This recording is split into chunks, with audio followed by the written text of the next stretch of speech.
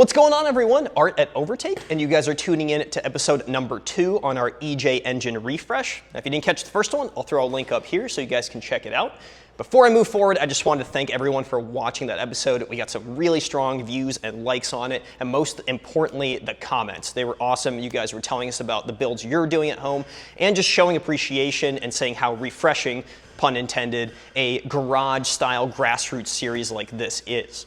Now, in the second episode, what I want to start doing is tearing apart the long block. What that's going to entail is getting these front components off, the crank pulley, timing belt covers. We're going to inspect all the timing belt stuff underneath. We'll be replacing a majority of it, and then we'll be pulling the heads to check the internal condition of the cylinder walls. I know this is a healthy, known running engine, but I want to see what it looks like inside to make sure I don't have to tear apart the short block. By the end of the episode, we're going to get everything packed up and we're going to head over to our machine shop. And I think we're going to start episode number 3 with getting, at the very least, these heads machined and ready to go back on the short block.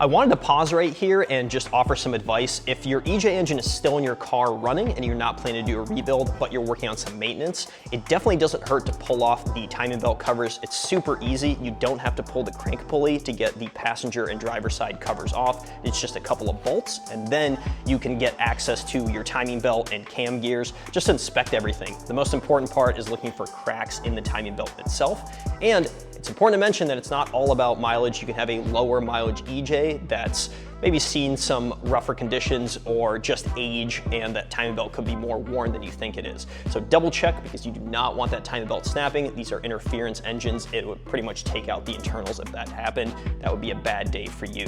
So what we're gonna do is pull this middle cover now that we have access to it, check out all the internals of the timing belt system, and then start pulling things apart.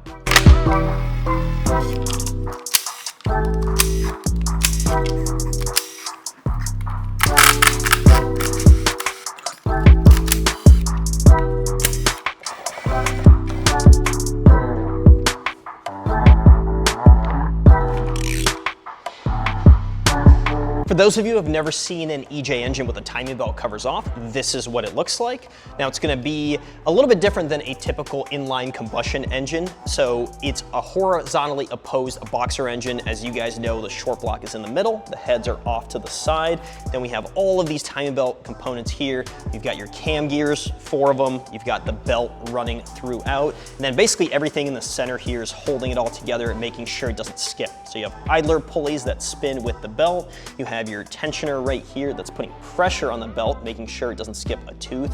And then right here you have your water pump that's being driven by the backside of the belt.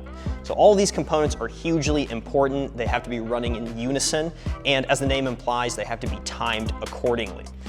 Now, the condition of these is looking pretty good. The belt itself doesn't have any cracking. The idler pulleys are looking really nice. And overall, it's something that if I was in a super pinch, I could probably save some of this stuff, but I don't want to be reusing any components that could fail on me. If I skimp out on replacing an idler bearing, then it could lock up and basically destroy the whole engine. So I'm going to replace the whole timing belt kit. The other thing I want to mention while I have this all together is these little marks right here. So I turn this to what they call top dead center. You see the mark is up here, and if we follow along to the cam gears, you have matching marks right there, 2 and 2 right here, 1 to the side, and on the passenger side, same thing.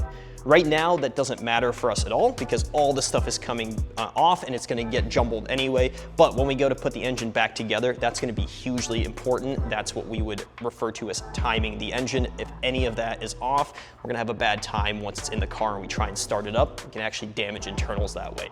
We'll talk about that in a future episode. For now, I think we should start with pulling the tensioner off, and then the rest of the components will come with it.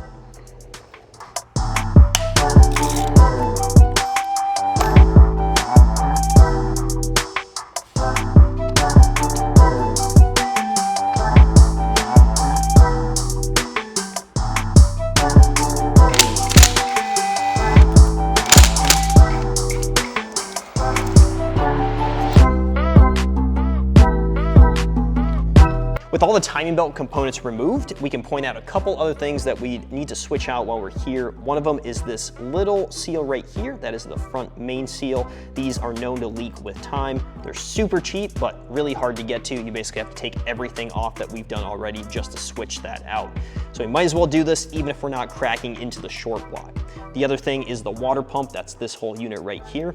Now mine spins pretty freely, but you never know if it's gonna fail in 5,000 to 10,000 miles, and I definitely don't wanna be taking all of this stuff back apart. So I'm gonna pull these bolts, get the water pump out here, and order a new one.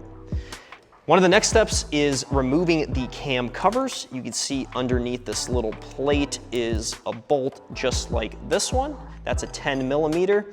Now, right now they're spinning freely. If you guys still have all of the timing belt components on and everything is locked in place, then you can loosen them. It'll be a little bit easier. But if you've gotten to this step and they are spinning like this, there's a couple things we can do. The in a pinch DIY way would be slipping the old timing belt on and basically putting tension on this as you loosen these. Also, places like Company 23 make tools that lock these in place. So if you have access to that, that's always a great option. For me, I want to try a little DIY thing I saw online that if you have a 3D printer at home, you could take advantage of. So I'm going to test out the theory. I'm going to hop back on my desk and I'll be back with you guys in just a couple of seconds. Well, here's the little piece that I was talking about. We were able to print this in about 40 minutes. And best of all, Owen was able to customize it for me. Owen, you know me all too well. What these are, if you've never seen it, is a little cam gear stop. So if we rotate these this way, theoretically, this should fit right into the teeth and then click right into place, just like that. And then these bolts are torqued on here pretty heavily, so I got my breaker bar.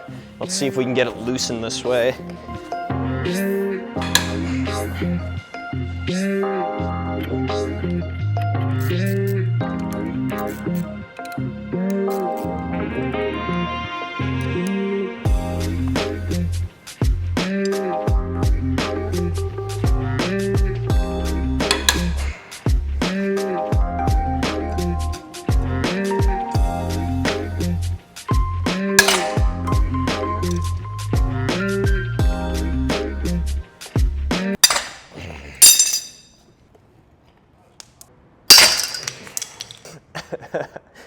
Number two, this is a perfect time to pause and just go over how things never go to plan. Now, on the intake side cams, these came off pretty easily after we had the 3D piece printed and wedged in there. No problem. It was the exhaust cams that I had to put so much torque on this one. So much torque. I had my full body weight. I finally got this one to pop without stripping. But on this side, it's not the same story. I've broken pretty much all my 3/8 tools, so we're gonna switch to 1/2 inch on this. And then my concern is once I get a 1/2 inch on there, I might round this bolt off, in which case we're gonna have to pivot and maybe even weld a larger bolt onto it to take it off. Unfortunately, I have to say that that's a common thing. Hopefully you guys don't run into it, but I'm going through it the same way that you guys are as well. So since this side has been loosened up, I'm gonna get the cam gears off. We're gonna get the valve cover off and then start pulling all the stuff from the head. Eventually we're gonna make it to this side, but I'd like to take care of this, get a peek inside those cylinder walls and just make sure visually the short block is okay.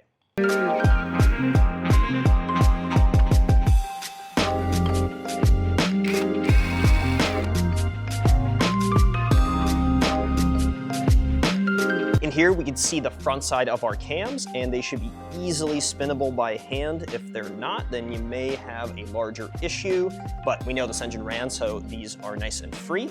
And right there you have cam seals. These are something we're definitely gonna wanna replace because we do not wanna take all of this apart if there's an oil drip in this after we're all done. This right here is your valve cover. You can see it's held on by a bunch of bolts, so we just need to loosen those up and it'll come off. But before then, you've got a pair of individual coil packs right here. If you've ever done spark plugs on a turbo Subaru, then you would have had to remove these. You can see the plugs right in there. We'll get both of these off and then go around and pull the valve cover.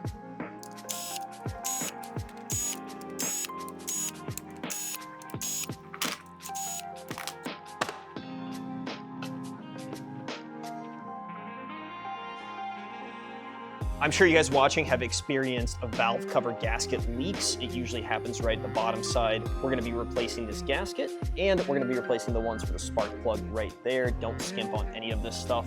And also, while I'm at it, I'm gonna put this in the powder coat pile because I wanna get this all prettied up instead of greasy and dirty. Now, looking on the inside of this head, when people refer to single or dual overhead, this would be dual. So you have your two cams. That's what I was spinning from the outside here. They should be nice and loose, and everything in here should be relatively clean. You have some oil residue, but there shouldn't be any chunks or metal or anything like that. That's the sign of a healthy engine. Now, what I need to do is start pulling these bolts to get the cams off. So basically, I'm gonna speed through this process, get all of this apart. Basically, if you see it, you need to take it off in order to get to the head bolts. There's one right there, there's one right there. You can see them. That's what we're gonna need to loosen in order to pull the entire head off the short block.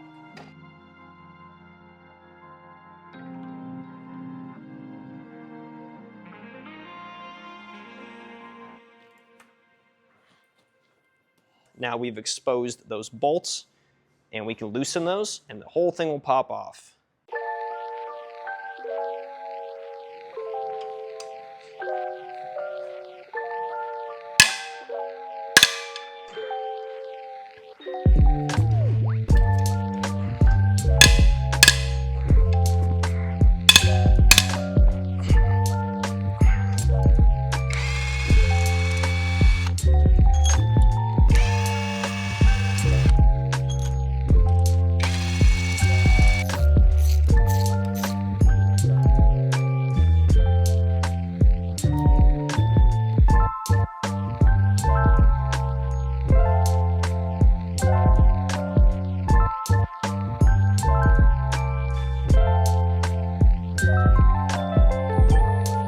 Well, this is kind of the moment I've been waiting for, just looking at the cylinder wall, checking the condition visually. And the positive thing is I am seeing cross-hatching, which is nice. But right here, I can feel a little bit of scoring. It's super minimal, but I don't know if you guys can see it. It's definitely there to the touch. On the other cylinder, same story. On the top end, you might be able to see it a little bit better there. Now, not being an engine expert, I'm not gonna jump to conclusions quite yet. I'm actually gonna bring this with me to JM Automotive. They're gonna be the ones that are redoing the heads. So I'm gonna get their opinion on it, see if that's okay, or if ultimately I will need to crack into this short block. Hopefully I won't, because we're doing a bit of a budget build, but sometimes you have to expect the unexpected, and we'll know in just a couple of days when we're at their shop. For now, what I'm gonna do is get the proper tools to get that last cam gear off, and then I can pull the head just the same way I did here, and then eventually we'll just jump to pulling the other little accessories, water pump, all the bolts, and just basically stripping down the short block of those heads to get ready to go to the machine shop. Okay, we're back at it today with all of our 1/2-inch tools. We're bringing the big guns out. I've also got Ian behind me holding everything down. So this cam bolt is either gonna pop or it's gonna strip. We're about to find out.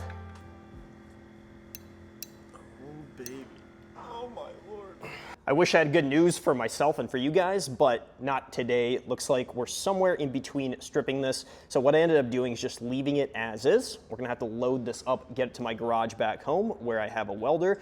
Then I'm just gonna lay some tacks on it that should be able to hold it in place for us to pop that off. Obviously, I'm gonna have to replace this, but while I'm at it, I'm gonna replace all of these bolts because they're starting to get a little warped and stripped anyway. So I'll put fresh ones in. This is a little more legwork than I wanted to do, but sometimes this happens in an engine rebuild like this.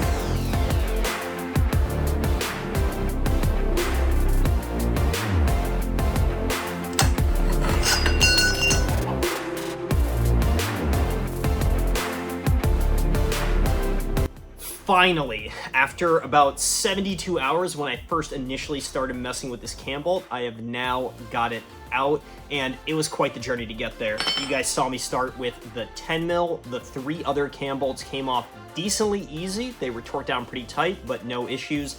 This last one rounded off almost immediately. So I tried to tack weld the 10 mil on, didn't really work, so I switched to an old method of grabbing an axle nut and then just basically welding on the inside using an impact, but that just popped it right off. So then I kind of had to improvise and came up with a third solution that I haven't seen done, which is taking an old sacrificial wrench, basically sizing it to that bolt, hammering it on, and then tack welding pretty deeply into it so that it actually adheres, putting a breaker bar on there, and it ended up popping right off. Now, if you guys don't have the capability of this, it's not something that's going to end your project. You can always take the engine to a machine shop where they may do something similar. But at the same time, if you do have the capability or a cheap welder like mine, I just have a Eastwood MIG like that. Obviously, you have to have access to 220 in order to run it, but super easy to do this. It was just a pain going through the processes to get here. I probably should have just started with this right away. Now, right now, it's about 11 o'clock, and tomorrow morning I have to be at JM Auto bright and early to drop off those heads, to have them inspect that short block, and most importantly, start filming for episode number 3. So I'm going to sit down with the owner, Jesse. We've got a little bit of a Q&A where he answers some questions that I have, and maybe by extension you guys have, about the engine rebuilding process. Really get an expert's advice from what he would do in my scenario, or if I was building even a higher horsepower engine. And then I think we're going to break into the machining process on the heads, get those resurfaced, and like I said, inspect that short block to see if I have to do anything further, or if he thinks it's okay to throw everything back together. So if you guys made it this far in the episode, I know you felt the pain with me taking that cam bolt off, but we are done and we can move on. I'm going to time lapse through getting the other head off, get the stuff loaded up, and be at JM in the morning. What you guys need to do between the end of this episode and episode number 3 is make sure you subscribe to @OvertakeUSA on YouTube. Of course, like this video, comment down below if you guys have experienced some issues with what should be basic work on your Subaru. I'd love to hear some stories, and of course, stay tuned for the next one. Catch you guys later.